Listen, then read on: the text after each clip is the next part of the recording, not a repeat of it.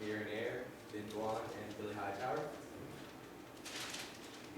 So a little agenda today, what we're going to talk about. First, we're just going to give you a background on the Volunteer Center of North Texas, an overview of who they are as our client and what they do. Then talk about the client issues they presented to us in our first meeting with them. And then we're going to dive into the primary issues that we actually worked on in this project, which are the new warehouse location for them, which uses a goal programming model, and then the checkout process, which uses a simulation model to solve. And then we're going to go through results, recommendations, and then open the floor for questions. All right, so Volunteer Center of North Texas. It's a nonprofit organization, and it's actually one of the largest and most active volunteer centers in the nation.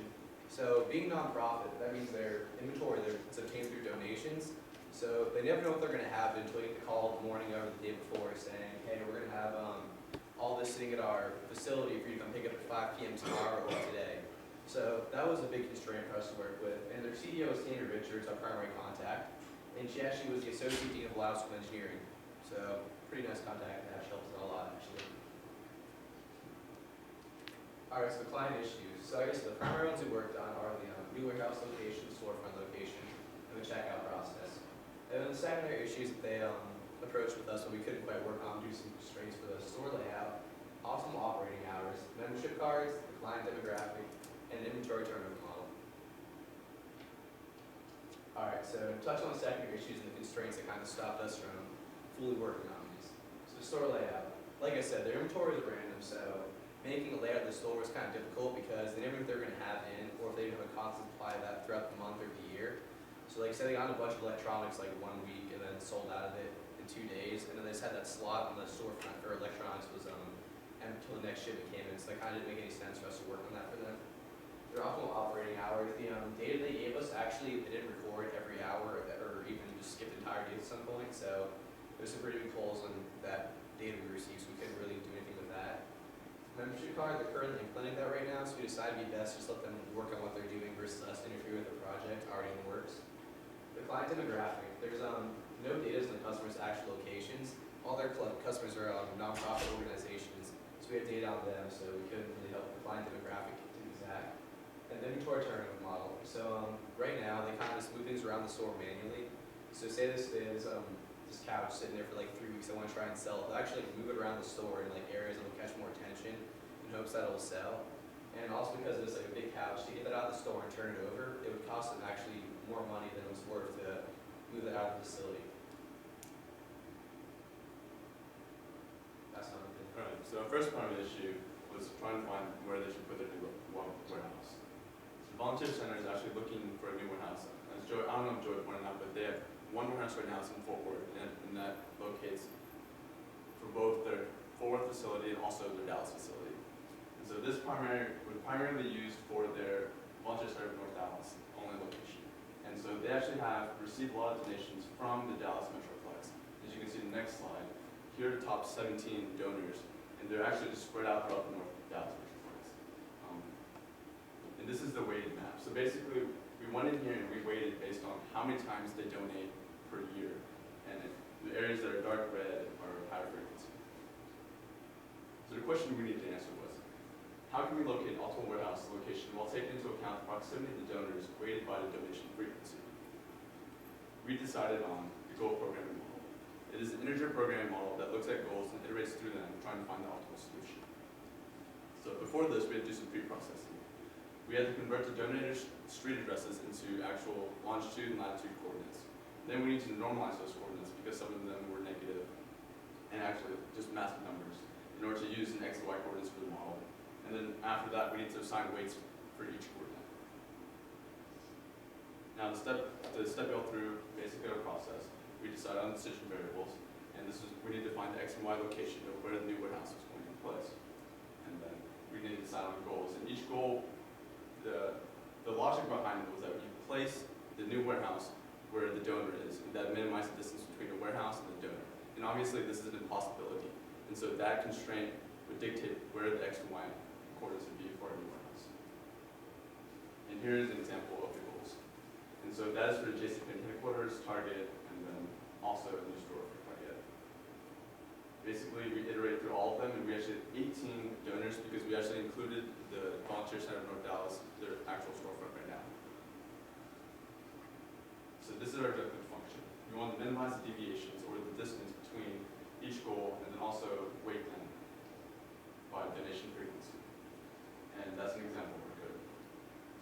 solution we found after running the program was that they should place actually between 35 and 75. We actually found that X should be negative 96, and then Y is 32, which is the longitude and latitude coordinates. Now, this is placed by Northwest Highway, and it's not actually like a viable solution per se, since it's in a residential area, but this would be the epicenter of the optimal solution area. And so for them to come in here and look for a warehouse in this region would minimize the distances between their highest frequency donors. And Meera and Nair will talk about our second. Alright, so another major issue that the center was facing was that they would get bottlenecks in their checkout process. So customers would arrive, they tend to arrive around 8 a.m. on like their Saturday. They have a Saturday sale every month. So customers come right at 8 a.m. so that they can get the best products that the store has. But what happens with that surge in demand is that they end up coming to the checkout line at the same time as well, and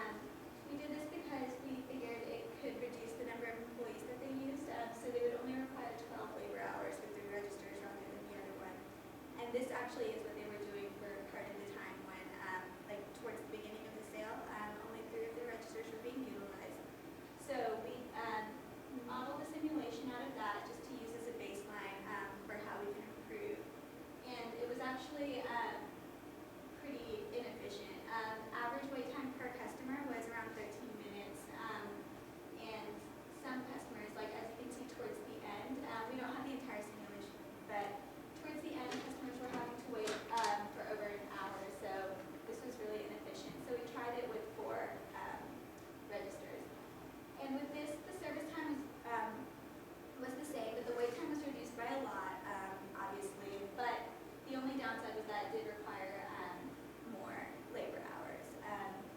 But the last situation that we came up with was our most creative one. It kind of, instead of adding more resources, we reallocated them. So instead of having 2 people per register, we would have a person going down and writing down the things that people had in their bags and bagging them for them.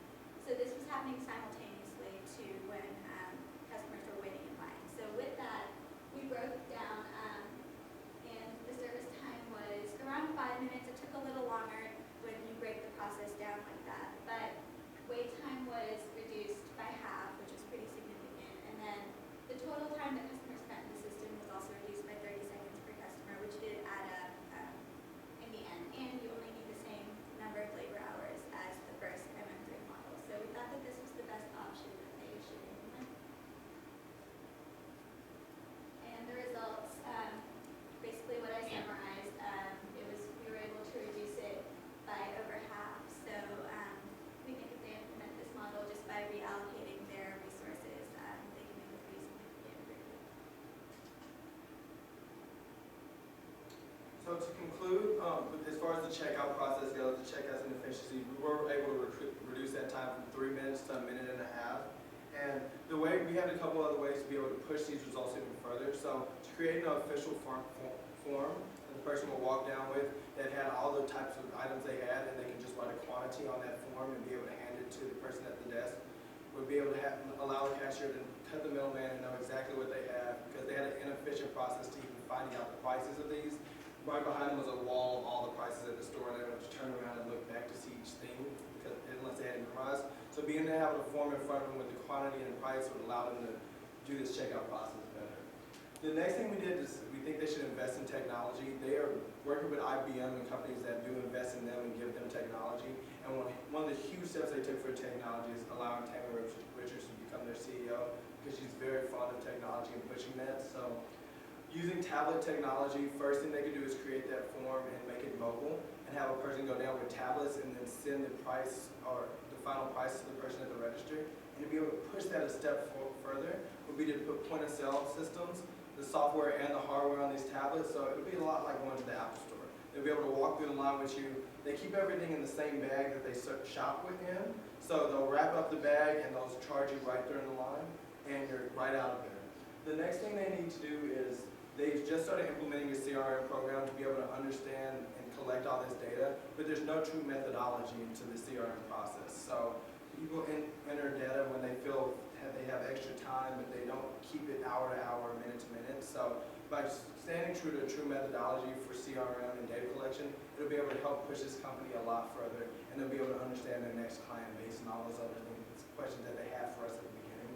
And then finally, for our warehouse location, we were able to find the most optimal location, but if we could take other things into factor as far as rental fees or costs, be able to help them minimize their costs because they are a nonprofit, or being able to use zoning rules to be able to find the best industrial location for them, so a warehouse can be in an industrial location. So we want to thank you guys for your time, and we're going to open up to questions now. So the weights that you used in the little programming model, can you explain those? Right. Those weights we use are just the numbers derived from how many times they donated per year. So we're given a donation list for 2013, and those actually lists that we have on there for the top 17, and actually use that directly as for the weights. So it's just like 52 or 365.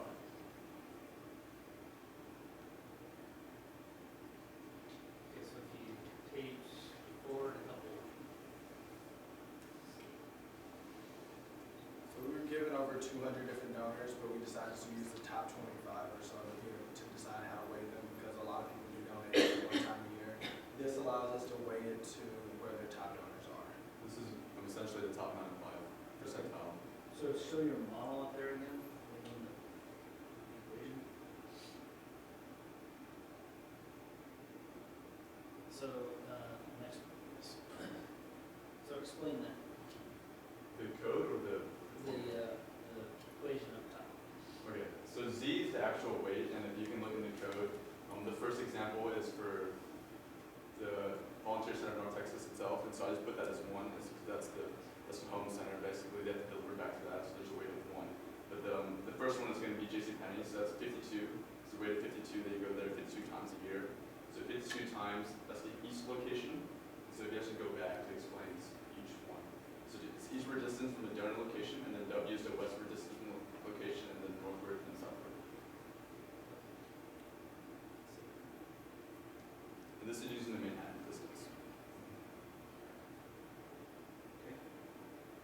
Other questions?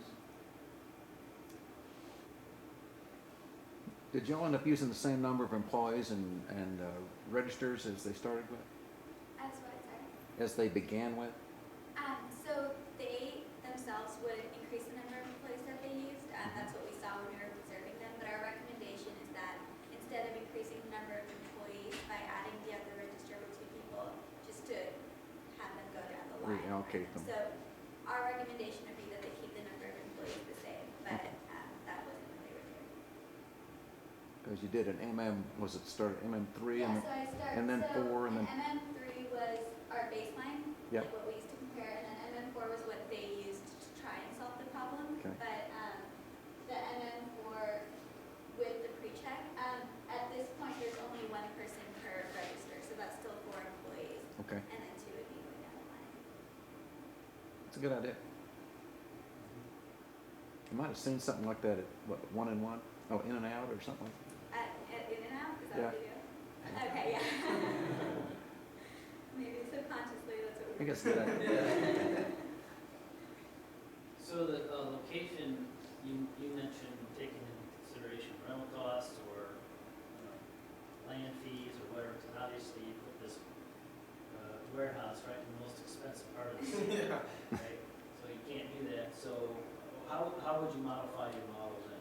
So the way, Because if you show this to them, they're gonna be like, I can't afford that location, right? well, see, one of the things we talked about with our client was that they weren't gonna be able to build a warehouse for another 3 to 4 years because of the cost in general. So we would work with them to be able to add the cost of the different locations in a general area. So we set a general frame for, because it was one of the things we discussed working out. We set a distance for like certain between these XYZ coordinates. This is your average cost of a rental fee there, and it would take that into account as more as a side limited. So it'd be a lot like the police model from a few years ago, where they broke it down into into quadrants and things like that. But we take the cost and add that to the model. So you think you could build that into your goal program right now? We would have to use a different programming model. The Go programming just iterates through certain constraints, and so we have constraints of size, and then also you'd have to purchase an existing warehouse, right? And so we'd have to go through each warehouse that already exists, what's available, and then where it's listed. Items that we then discuss with them and information they didn't tell us. And I don't know if you can actually add that into the Go programming model. We'd have to build a different model. Time for one more question.